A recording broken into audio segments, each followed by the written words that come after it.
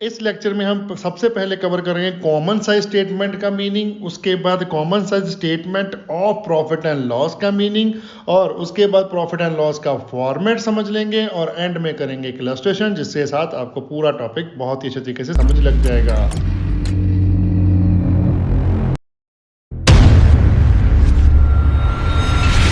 Hello दोस्तों, welcome back to tips.com। मैं हूं आपका अपना अकाउंटिंग दोस्त सरबजीत सिंह। चलिए कंटिन्यू करते हैं अपने chapter comparative statement and common size statement को, जिसमें आज हम नया टॉपिक कवर करने वाले हैं common size statement of profit and loss, या फिर जिसको हम बोलते हैं income statement. Okay, common size statement क्या होती है? कॉमन साइज स्टेटमेंट एक वर्टिकल एनालिसिस है जिसमें हम क्या करते हैं, एक ही साल के आइटम्स लेते हैं, मींस एक फाइनेंशियल ईयर्स के कंपोनेंट लेकर प्रॉफिट एंड लॉस के या फिर बैलेंस शीट के उनको आपस में कंपेयर करते हैं। ओके, वो हमारी होती है कॉमन साइज स्टेटमेंट। वो उस एक फाइनेंशियल ईयर के आइटम में से एक आइटम को हम बेस ले लेते हैं, जैसे कि बैलेंस शीट में हम बैलेंस शीट का टोटल को बेस लेके बाकी सारे आइटम्स को उसके साथ कंपेयर करते हैं और उसको परसेंटेज में कन्वर्ट कर देते हैं। ठीक है, जहाँ फिर प्रॉफिट एंड लॉस जब हम बनाते हैं उसमें हम रेवेन्यू फ्रॉम ऑपरेशन को बेस लेके बाकी सारे आइटम्स का परसेंटेज निकाल देते हैं। ओके, आगे हम देख लेते हैं common size statement of profit and loss का मीनिंग, जहां उसको हम बोलते हैं common size statement of income statement. ठीक है, common size statement of profit and loss में क्या होता है, हम सिंपली जैसे मैंने आपको बता दिया कॉमन साइज स्टेटमेंट के मीनिंग में भी, कि हम रेवेन्यू फ्रॉम ऑपरेशन को 100 मान लेते हैं, मीन्स बेस मान लेते हैं, उसकी परसेंटेज हो जाती है 100 और बाकी सारे उसके साथ हम करते हैं कंपेयर। ओके, वो हमारा बन जाता है common size statement of profit and loss. अब common size statement of profit and loss को हम डिफरेंट पीरियड्स की बना सकते हैं। अगर आप क्वार्टरली बनाना चाहते हो क्वार्टरली बना लो, सेमेस्टरली बन जाएगी, ईयरली बन जाएगी, जैसे भी आपने बना के कंपेयर करना है जिस भी पीरियड का, उस पीरियड का कंपैरिजन आप कर सकते हो। ओके, और common size statement of profit and loss हम बनाते हैं ताकि हमें पता चल सके, हम एनालाइज करने के लिए बनाते हैं कि इंडिविजुअल आइटम जो इनकम स्टेटमेंट की है ना, उसके बारे में पता चल सके उसका ट्रेंड क्या चल रहा है, वो अपवर्ड है डाउनवर्ड है, मींस एक्सपेंसेस कौन से इंक्रीज हो रहे हैं एज कंपेयर टू सेल, और जहाँ फिर सेल के कंपेरिजन में कौन से एक्सपेंसेस हमारे डिक्रीज हो रहे हैं। ठीक है, और हमारी एफिशिएंसी बढ़ रही है कि कम हो रही है, प्रॉफिटेबिलिटी ज़्यादा हो रही है कि कम हो रही है, ये सारी चीज़ें हम चेक करते हैं। ओके, आगे बढ़ने से पहले मैं आपको एक बात बहुत ही ज़रूरी बताना चाहता हूं कि अब हम प्ले स्टोर और ऐप स्टोर में भी अवेलेबल हैं। दोनों ही ऐप्स के लिंक आपको डिस्क्रिप्शन में मिल जाएंगे और आप चेकआउट कीजिए, वहां पर हमने जो फ्री में स्टडी मटेरियल डाला हुआ है वो आप चेक कर सकते हो, और उसके बाद हमने वहां पर पीडीएफ सोल्यूशन भी डाले हुए हैं, चैप्टर वाइज सोल्यूशंस आपको बुक्स के मिल जाएंगे इन पीडीएफ फॉर्मेट। ओके, और आने वाले कोर्सेज जो हम ट्यूशन स्टार्ट कर रहे हैं ऑनलाइन, सबके लिए बहुत ही मिनिमम प्राइस में हम स्टार्ट कर रहे हैं, तो वो भी आप सब्सक्राइब कर सकते हो। जो भी +1 के स्टूडेंट हैं, ठीक है, वो +2 के कोर्सेज सब्सक्राइब कर लीजिए, आ रहे हैं बहुत ही जल्दी। ठीक है, चलिए आगे हम डिस्कस कर लेते हैं हमारे format of common size statement of profit and loss. Statement और प्रॉफिट एंड लॉस का जो एक्चुअल फॉर्मेट है, जो कंपनी एक्ट के द्वारा हमें दिया हुआ है पार्ट 2 शेड्यूल 3 में, वो ऑलरेडी आपको पढ़ा दिया गया है। उसके लेक्चर का जो वीडियो मैं आई बटन में दे दूंगा, आप चेक कर लीजिएगा। सबसे पहले ऊपर लिखिए common size statement of profit and loss for the year ended, जिस भी डेट में होगा, ठीक है, वो आ जाएगी। और टोटल हमारे 6 नंबर ऑफ कॉलम बन जाएंगे। पहला कॉलम आ गया हमारे पास पर्टिकुलर का, दूसरा आ जाएगा नोट नंबर का, और तीसरा कॉलम हमारे पास आ जाएगा figures for previous year, and चौथा आ जाएगा फिगर्स फॉर करंट ईयर। इसका हम कॉमन ऊपर हेडिंग बना लेंगे, जिसको हम बोलते हैं एब्सोल्यूट अमाउंट। ओके, ये तो 4 कॉलम्स होते ही हैं। जो 2 नए कॉलम आपके ऐड हो रहे हैं, उसका ऊपर आपका हेड बन जाएगा percentage of revenue from operation net से प्रीवियस ईयर और करंट ईयर, 2 कॉलम बन जाएंगे इसके बीच में। ओके, अब पर्टिकुलर्स में हम सारी आइटम्स लिखेंगे, जो जो भी आइटम्स हमने फॉर्मेट में लिखते हैं। जैसे पहले इनकम आ जाएगी हमारे पास, उसमें टोटल रेवेन्यू निकाल के फिर एक्सपेंसेस आ जाएंगे वन बाय वन। ठीक है, सारे एक्सपेंसेस आने के बाद टोटल एक्सपेंस का लग जाएगा, इनकम से माइनस कर देंगे हम एक्सपेंस, तो हमारे पास आ जाएगा प्रॉफिट बिफोर टैक्स।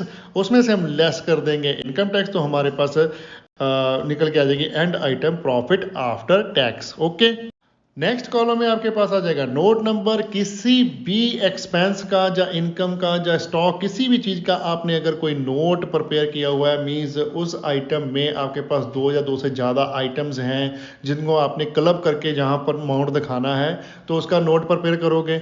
जो भी नोट प्रिपेयर करोगे उसको एक नंबर दोगे, वो जो नंबर आएगा वो नंबर आप यहाँ पर लिखोगे। ओके, नेक्स्ट हमारे पास कॉलम है एब्सोल्यूट अमाउंट का, जिसमें प्रीवियस ईयर के और करंट ईयर के दो कॉलम बनाए हुए हैं।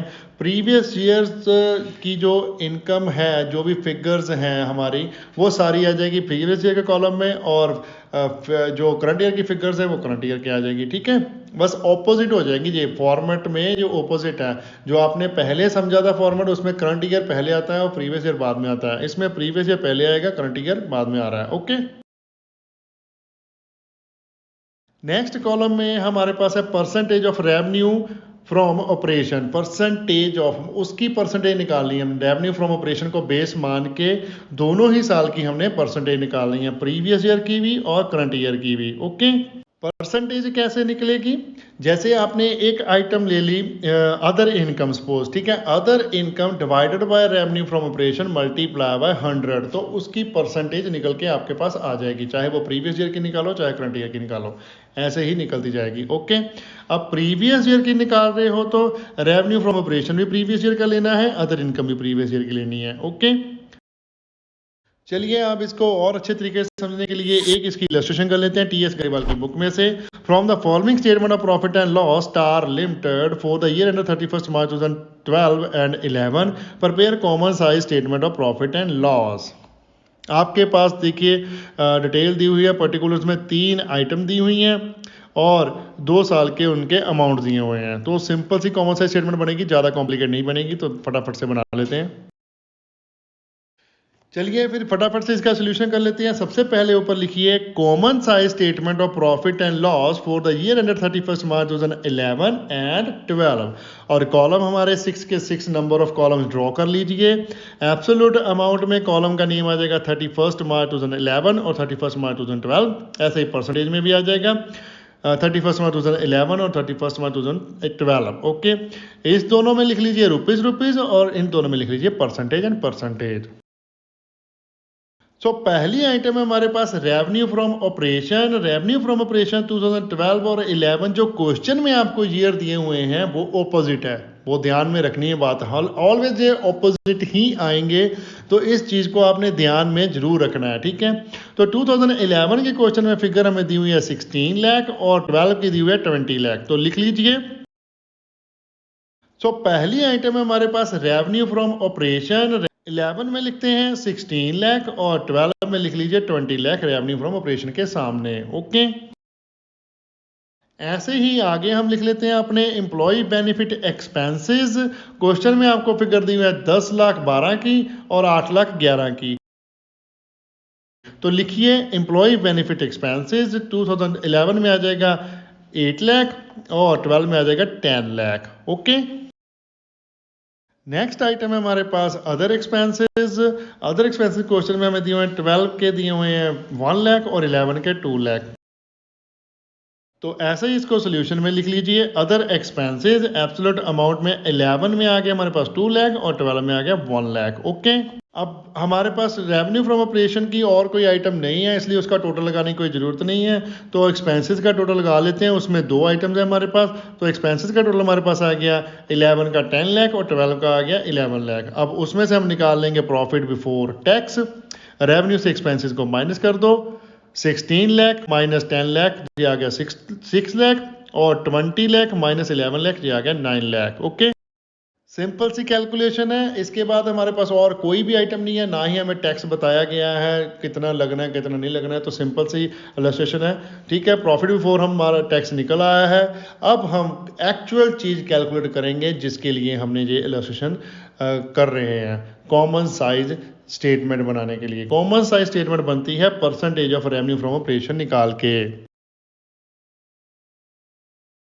तो चलिए अब हम निकालते हैं percentage of revenue from operation. सबसे पहले हम निकालेंगे 2011 की। अब 2011 में revenue from operation over revenue from operation multiply by 100 किया तो आपके पास 100 ही आने वाला है। 16 lakh divided by 16 lakh multiply by 100। 16 lakh आपस में कट गए, 1 आया, 1 मल्टीप्लाई बाय 100 किया तो 100% ही आ गया। ओके, रेवेन्यू फ्रॉम ऑपरेशन आपका 100% ही रहेगा, चाहे उसको करो चाहे ना करो, ये आपकी मर्जी है। नेक्स्ट आइटम आगे हमारे पास एम्प्लॉय बेनिफिट एक्सपेंसेस, उसकी परसेंटेज निकाल लेते हैं। हमारे पास 11 की पहले निकालेंगे। 8 lakh divided by 16 lakh multiply by 100, तो कट करने के बाद हमारे पास 1/2 आ गया, मल्टीप्लाई बाय 100 आया, 2 को डिवाइड कर दिया 100 से, ये हमारे पास आ गया 50, तो ये निकल के आया हमारा 50%। ओके, ऐसे ही हम 31 मार्च 2012 का भी निकाल लेंगे। 12 का अमाउंट आ गया हमारे पास 10 lakh divided by 20 lakh multiply by 100। 10 को 20 से डिवाइड किया तो ये निकल गया 2 को हमने कट कर दिया 100 से, वो भी हमारा 50 आ गया। तो एम्प्लॉय बेनिफिट एक्सपेंसेस यहाँ पर भी 50% ही हैं हमारे पास। ओके,